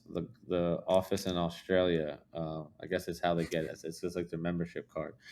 This is a bracelet. wild. This is a bracelet like you would see at like a hotel or like a big music festival. Sure. Bro, the Tap that bitch. cupcake hype has kind of been at like a slow roll for a while. Like I remember kind of hearing about it a while back, and now I'm just hearing about it in like all my group chats. Everyone's like, "Yo, I know Eddie, I can get you hooked up. Let me know what you need." Oh yeah, people dropping my name like that. That's sick. I love that. Fuck Yeah, yeah. I mean, I feel like people are just starting to kind of realize what all it can be used for, right? Like, I mean, I had this one kid in the panda community be like, "I was wrong about you guys, man. You guys have been killing." I was like, "What the fuck did we ever do?" I was like, "What?" I was like, "What the fuck were you ever now? How come you had a bad first impression? Like all we ever do is fucking work for you." I'm like, "What's up?" You didn't say nothing. I don't Yo, even the only answer thing tweet. I saw was when Pitt was like, "Yeah, we're not trying to pump your floor. That's just not our goal." Have you had to put Pitt in timeout before? Yeah, so we have a safe word. It's called Cardano, and if we say Cardano, like right now, if Monty texted me Cardano on like my Telegram, I have to shut up. I did put both of my phones on Do Not Disturb, so let's see if I pissed anyone off yet. No Cardanos on this phone. Cardano. Oh, these guys will fucking kill me, bro. I just want to tell you guys everything because like what me and Steve came up with for our next big. Yeah. Just buy pandas. That's it. Pitt has gone off on more than a few tangents since I've been closely following pandas, and it cracks me up, like knowing who he is and how his personality kind of works. And bro, I mean, let's be real. Like the last of his concerns is probably the fucking floor price of pandas. Jesus, No, So of course but he's gonna like, say but that, it's attached to his fucking soul. The pandas. He just cares. Like he actually fucking like in his mind, like he cannot figure out in his brain. He's a genius, little fucking Chad genius. Like Like he cannot fathom why they're not at 200, 300 sold. He doesn't understand. There's not a single NFT that provides more utility. There's not a single NFT that provides an organized team and a real corporate company. There's not a single NFT that provides more than anything that's there. And he's just like, what? I'm like, bro, like, you got to be a man of the people, dude. You got to get on Twitter Spaces and talk about hot dogs. Yeah, exactly. He's not willing to do that shit. Oh, Yo, let's switch founders for like 72 hours and see what happens. We'll give Pandas Frank, and DeGods will take Pitt, and we'll see what fucking happens. I bet you DeGods would go to 10K soul, and Pandas would go to like 1,000 soul. You know, that'd be fun. I'm here for it, bro. They're both gonna get 10x. Like, there's no way around it because like I'm fucking Frank down will just for that. Frank will just come in and just dump some fucking godness from like he'll just come up with some crazy shit. I'll be like, all right, let's go, and then like Pitt will go over there and actually build all of their great ideas in like one day. Yeah, which is awesome, you know, because like the beauty of working with these guys at studios is like we literally, me and Steve can draw on a napkin. Be like, if you do this and then this with the NFT and then this, and like, can you do that? And Bartosz will be like, oh yeah, no problem. Yeah, sure. That's crazy, dude. Sick. And I'll be like, Jordan will be like, oh fuck, that sounds annoying, but yes, it sounds great. Yeah, fuck yeah. And then like 2 days later, they'll spit out this thing, and I'll like pull it up on my iPhone and be like, ting. Like, oh yeah, look at that.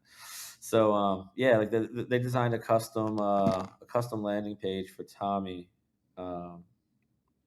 Yeah, I haven't seen anything on that Tommy drop besides the video, which I thought was just nuts. I'll show it to you. I think I have. Damn, Pitt is like a smart motherfucker. And who is the I keep like missing the guy's name, or I just can't like wrap my lips around how to pronounce it. But who's the B? Bartosz, like Bartos. What's his Twitter? B.soul. Just type in B.soul, usually pops up. He has I think he has a DeGod there. Oh, let's go. They made him an honorary DeGod before he helped them fix the artwork change. Baal Zaman? Yeah, sir, that's it. I follow him. Okay. NFT Tommy claim link. You guys gotta see this. It's actually pretty rad.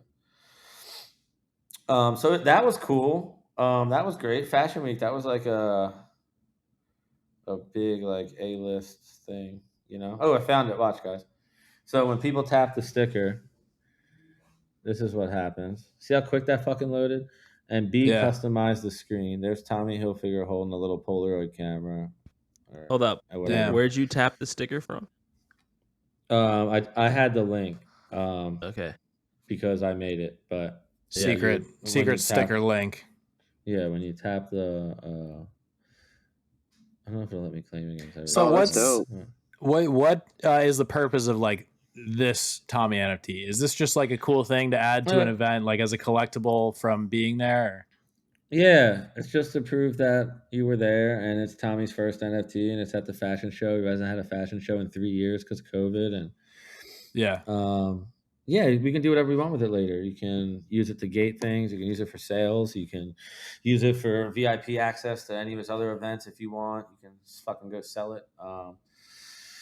You know, it's an NFT. For this one, it was just like a concept that like he wanted to deliver some art of this, because they made the whole thing like the Andy Warhol factories where he used to make his art. So like when you walked in, like it was like you're going through a factory. All the people were getting their makeup done, and you were behind the scenes. And then you walk through, and there's spray paint and posters and shit hanging everywhere. Sick. And, like, you know, one of the walls was covered with the tap here for NFT, and then they had these 50 Andy Warhol lookalikes telling people to come here and tap their phone and what the NFT was and how it worked. And then we got some PR time with Tommy on that like red carpet news set thing, the PR set, and he actually got to demo it, and I went there and I hung up a poster right in front of him and showed him, and I handed him my phone, and he went and tapped it, and it looked like it was his phone and all that, you know. What's the coolest Hollywood party you've been to? Who in Hollywood's ass would you whoop on site? Hold on, you'll be able to hear me. Who's in Hollywood's ass would I get? Who's Hollywood's ass would I whoop on site? Oh man, wow, there's a lot of people. Oh, true. I had to whoop someone's ass on site in Hollywood. In Hollywood, Hey, man. Who do I? shout out to Simply, bro. Hey, shout out to the Juice, bro. Yeah, man. yeah. I usually do an Arnold Palmer, but I didn't want to come off the screen too long, so I only grabbed one half of it. It's gonna fuck my whole ratio up. Gonna have to buy more lemonade, damn it. Yeah, it's too sweet alone, man. You gotta mix it. Who would I fuck up on Unsweet site? tea I guy. don't know. I'm not gonna call nobody out on video, but the craziest party I've ever been to. Can I say two? I guess. I mean, You like, can say as many as you want, bro. well, Dan Bilzerian's a good friend of mine, and for a couple years when he was having those big parties up in his house in Bel Air, it was really hard to get into those, and I was in charge of the list for like 60% of those lists. So I would, you know, find the talent, the DJs, fucking like invite all the girls, invite a couple celebrity guys, just get there early, hang out. He would give me like 3 buses worth. Everyone would meet at my house. We'd get in these buses and just go with all the girls and shit. And we'd have a good time, and we'd smoke all his weed and hang out with the homie and fucking listen to music and party. It was fucking insane. He had catering everywhere. People serving you little fucking mini hoagies and shit. Like, Oh, I mean, love he would have anything mini. Yeah, Oh, anything yeah. mini's the best. They would have, that's what she said. They would have marshmallow chain smokers, like all the best DJs. Tyga would be rapping randomly. They would have all that shit. It was real deal. It was like a festival inside his house for like 500 people. You'd see everyone there from like, I don't know. I pulled up with Shaun White the one year. I ran into fucking, all those guys, Machine Gun Kelly, like just the whole fucking cool kids, Sick. So like that shit was always crazy, and that was fun. And Dan's like a really good dude. Like I've been over there when no one's there, just like for dinner and stuff. He's a real nice guy. I smoke him in ping pong. That's on video. I got proof. I'm gonna tweet that shit. Smoking. Yeah, you've got some killer footage in your phone that I've seen that I feel like you could do a lot more flexing on Twitter. Oh, easily. Like whenever we talk in group chats, I'm like, oh yeah, I've done that. And like I just pull up a thing. I'm like, oh shit, boom. I saw that. But yeah, so I Dan's saw that was Shaun crazy. White one, and like that Shaun White one you posted, and like I couldn't get my bearings at first, and I was like, man, why is this Eddie dude running up on Shaun White? And I like looked at it like twice more, and I'm like, oh, Shaun White's running up on Eddie, like that's his boy. Like what the fuck is going on there? Yeah, it was crazy. That's one of my coolest clips ever. I'm like, what the fuck? Wow. Because I was his ex-girlfriend was playing on stage, and she's in a band called Fantagram, and they're awesome. It's super vibey, and I was in the front row, like I was like on this fucking stage at this festival, just chilling. And I was friends with him at the time. I was managing him, like his social media and all this other stuff, like not as like agent, like Olympic NBC shit, but like everything else. And yeah. I was sitting there rocking out. He just ran up on me because I always go up to him in Hollywood when I see him, and I'm like, "Yo, Eddie from TMZ, who are you wearing? Who styled you today? Who's the real father?" And I always like run up to him and like fuck with him. And I do it to like all my celebrity friends. It just pisses them off. And so he got me. He just ran up to me and TMZ'd me, and it was just like I didn't get upset. I was so happy. I was just smiling. I was like, "Yeah." I know. I love that video. So yeah, that shit's. I mean, I got a few of those, but yeah, Bilzerian's was a crazy party. I mean, like Diplo has this Halloween party every year. That's awesome, and the one year was just the biggest house I've ever seen. That one was Jesus. cool. But the best one ever was Post Malone's last tour. I'm really good friends with him and his manager, and he had 3 shows in LA. It was like 1 in Anaheim, 2 in Anaheim, 1 at the Forum, and like 1 at the Staples Center. So I called his manager. I'm like, "Yo, and this is like right in the prime, like the Dan Bilzerian thing. I was single at the time, and he was like, "Yo, his manager was like, he has this British accent. He's like, "Yo, bro, bring some girls down to the show, bro." I'm like, "What?" I'm like, "How many?" He's like, "Well, how many can you get, bro?" I'm like, 90 probably. I'm like, "I don't know." Like he's like 90. He's like, "That's my whole inventory." I'm like, "Yeah, give me it." So I just got a bus and brought me and 90 girls to the Post Malone show. And I had my one friend with me to help me, it's like herding sheep. But yeah, it was fantastic. So we went to all 4 nights, and then one of the nights was his birthday, and we got the penthouse at the London. And this is like a 2-story, 10,000 square foot, like multiple double door, open swinging living rooms, fucking the whole thing. And we're up there playing beer pong, and like Posty's like, I think it's the first time he ate mushrooms. It was the best. And he was just giggling and like playing this, like he was playing this wild country music, but it wasn't like Blake Shelton, I got a beer. Like he was playing some like, he was playing some funky country shit. I'm like, yo, bro, this shit's awesome. He's like, those mushrooms are awesome. He's like, yo, can you record all of these songs? I'm like, no, I don't have a tape recorder. He's like, can you make a list and play a playlist? And I'm like, what? So I have this playlist on my phone. It's called Posty Shroom, and it's got all Yo, this drop the amazing country playlist. music You gotta on send me it. that, dude. I fuck with country. I would love to. Yeah, listen to I mean, that. I can read you some of the songs. I listen to it all the time. So look, Sure. this is it's Posty Shroom. And the first song, it's not all even country. The first song is like the night Josh Tillman came to our apartment from John Misty. He's got Ain't That a What Shame the from Fats Domino. He's got International Harvester, which is important. Oh, classic, yeah. Yeah. He's got I Swear, like a country version. Oh my god, that's a Traveling banger. Soldier from the Chicks. Meet in the Middle, Diamond Rio. I mean, he's got Yeah. some poppy shit in there, like Some Beach and shit, and like, you know, but he's got one. Yo. Yeah, Hard to Forget, Cover Me Up, Seven Summers, Whiskey Glasses. I've listened to country for a fair bit of my life, and I've also done mushrooms for a fair bit of my life. Never have the two intertwined. Yeah, Posty Shroom fucks, bro. It's like it's That's special wild. time. So anyway, we were up there listening to country, and it was one of the best nights ever. And we were playing beer pong all night and laughing and talking about mushrooms and country. And I gave him a guitar for his birthday. It was like the sickest guitar ever. I had this artist make it. Yeah, it was a great night. It was a great night. I also beat him in beer pong once, and he threw a fit. It was right before his show. I think I fucked his show up. We were like, this was the most celebrities I've ever seen in one room, because it was like me and Marshmello versus Post Malone and Alicia Keys in beer pong, and Swiss Beats was standing next to her. The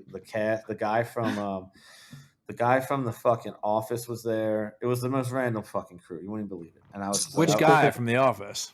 God, the Toby. awkward one too. It was so funny. It was the awkward guy who looks like Dilbert. Like, it was amazing. Dwight. Yes, and I don't know why he was there, but it was amazing. He brought his kid, and there was a couple other celebrities from TV, and I'm just sitting there and like, because at first I was playing beer pong and like get a little tipsy, and then I'm like, Alicia. You're like, what is going on, bro? I thought it was just like some young, like light-skinned black chick, like, you know what I mean? She's chilling at the concert. I'm like, wing, and I was like, Swiss Beats, dum, dum. And then like I'm like, oh. Marshmello. And then I focus. So Marshmello was, I've known him. So he was playing with me, and But I threw the shot, and I bounced it. Like, it looked like I was gonna throw it up. I just boom. I was looking like it was an arc, and I bounced it in. Hit the 2 cup, and I hit the 2 cup on Posty. Let's fucking go. He was so mad because he's good, bro. Like, he Shut doesn't down really the lose whole much. party. I mean, like, yo, he gambles $50K cool on a beer pong game. He's good. Like, I'm not great at beer pong, but I'm good. You know what I'm saying? Peek, peek. So it comes back to being our turn again, and it's like, I think it's like 3 cup to 3 cup. And he's good. He's sinking shots, right? Like, they're just not getting 2 in a row. Thank God, he's sinking shots. Yeah. And no heating up. So then, ready? I'm about to shoot again, but this time I notice he's like prowling for the bounce because he's nervous, and I just deliberately bounce, and he smacks over all 3 of his cups, but one just sits on the edge. So he fell to his knees and screamed "fuck" so loud the whole party shut the music off. He was so pissed. And then he was just he wasn't really nice to me that rest of that night, but damn, sore loser, huh? Just, you know, it's his show. Just not used to it. Yeah. Yo, dude, getting the table ran on you in your own house. There's nothing worse. He smoked me every other time we've ever played. He smokes everybody. He's so much better than me. But that was epic, and I got a story out of it. That's fucking fire. All right, real quick. This is a segment that we haven't done in a while. Top 3 artists. Music or artists? Music. Motherfucking. Is that just like fire it off? Yeah. All right, Led Zeppelin. Okay. Classic. Definitely Rolling Stones, Led Zeppelin. I mean, I can't do all 3 classic rock. I got to pick like one hip hop guy. Rolling Stones, Led Zeppelin, and like, I love like old hip hop, like Mos Def. And like, okay. Tyler, respect. Mos Def. Yeah, those 3. Mos Def, Led Zeppelin, and the Rolling Stones. Right. Yeah. Well, that's interesting. I don't think I've heard anybody say Mos Def yet. Wow. Yeah. We have not. No, that's a good one. I love Common. I fuck with the classics. I love Quali. Like, all them guys are awesome. Yeah. Big L. Hell yeah. That shit. Yeah. Bro, I had a boss back in the day who was this Irish New York guy who didn't know who fucking Big L was. and I had to play him like the 98 freestyle YouTube video. Oh god! And he There's still a didn't video know. of that. I never seen the video. I just listen. I know every word to it. I never. Seen the Maybe video. I think it's just like I just played it on Yeah. YouTube. I don't think Yeah, it's an yeah. actual video. Yeah. God, I'd love to see that. Still don't know who it was. I was like, bro, you're a fucking poser, bro. Get out of Yeah, here. big poser, bro. Making the Irish look bad. I'm Irish. Same. Fuck. Yeah. All right. 3 artists. What? So what else? Is there any other 3s or just the artists? How about 3 artists that are not musical artists? How about your top 3 favorite Solana 1 of 1 artists? Oh shit, That's a good definitely. There's this kid who's fucking random from Europe. His name's like Emery, I think. I buy his shit all the time. He makes like Pokemon and sneaker NFTs. Emery. I don't know. I'll have to Emery? Yo, cut the Some stream. rando from Europe. Yeah, Yeah, he's fucking awesome, and he even plays Pokemon Go with me. The Twitter is EMREKSY Emrexion. Emery Demriel. Wait, Okay, You gotta make this shit more readable. he's got all right. This dude's What shit's the great. fuck? I just love Pokemon. Yo, Is that a literally. dick?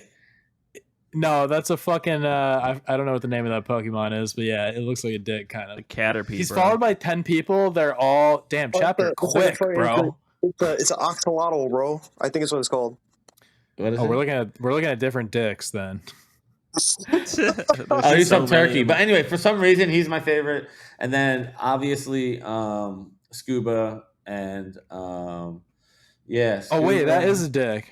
Yeah, Dildanium. Fuck, I For didn't some scroll down far reason, enough. this is the I first did one not of one scroll down artist. far enough. This is the first one of one artist I ever bought, so I'm gonna call him my favorite. Scuba's, Bro, that's wild. Scuba's a close second, and this is another one, Ghost, that I really like. I don't know if it's Ghost Lord or Ghost, but Oh, Ghost Lord is sick. Yeah. Oh, Yeah. the name of this series is Kinky Mon. There's yeah. there's an That's- Onyx that's a butt plug. I mean, I don't know if I can call There's- him number one anymore in my book if he's doing a butt plug Pokemon Bro, because like holy shit. nothing about Yo. Pokemon is sexual to me, and you will not ruin this for me. 'Cause I Wait, love Pokemon, hold up though, so- because these are all editions and none of them have been sold yet. So I'm gonna cop one of each, and then I'm Are you gonna gonna pump cop the a living dick right now? shit out of this. Yeah, I'm gonna pump Yo. it with you. Hold on, wait. There's Oh, a wait. fucking Cut the stream. yo. Hold There's on. a Ninetales that's a butt plug. What the fuck, Dude, they're only $10. bro? 0.3 Wait. salami each. Yo, this is these are like low key kind of sick. Yo, what the fuck, Eddie? Are you enjoying these dicks right now or what? Dude, Yo, hit me with the this link, is boys. I'm dropping the link in the chat. I Right pumped now. this What kid the shit. fuck? I pumped this dude's.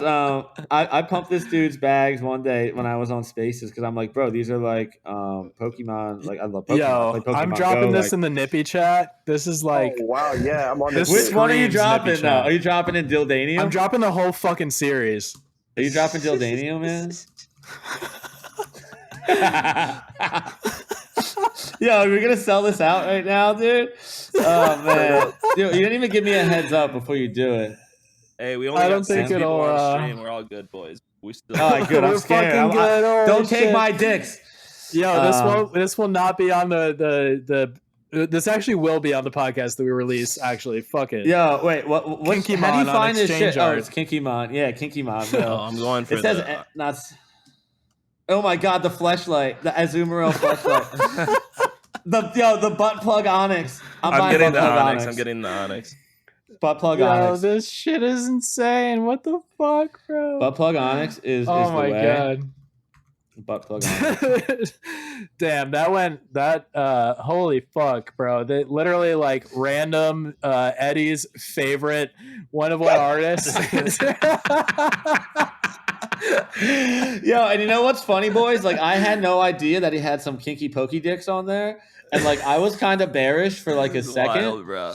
but like right now, like I might sweep right here, but I gotta leave room for others, so I'm just gonna get like And I'm one on of this each. bitch right now.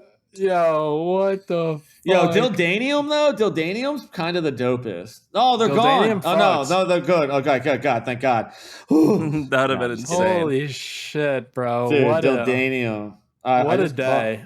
Dude, I just called it Dildanium, dude. I I apologize to our editor. He's gonna have to chop this up in a way that makes it actually like listenable. Bro, he should But leave holy this part. fuck, dude. No, we're No, definitely definitely. leaving this part. No, but this is like part of the process, bro. We're DJs over here. Bro, yeah. Discovery. look at this Mewtwo And plus, this butt kid has plug. 200 followers, bro. We're not trying to like. Bro, you know what I'm I'm saying? literally I'm swapping dust from my Haywall into Soul. Oh my right god, now the to fucking Mewtwo. Yo, the Yeah. slow doll is pretty rad too. Oh my god, it has the dick pump. It's a bell sprout. It's called the weeping Yes. pump. And, Slate chapter. We out.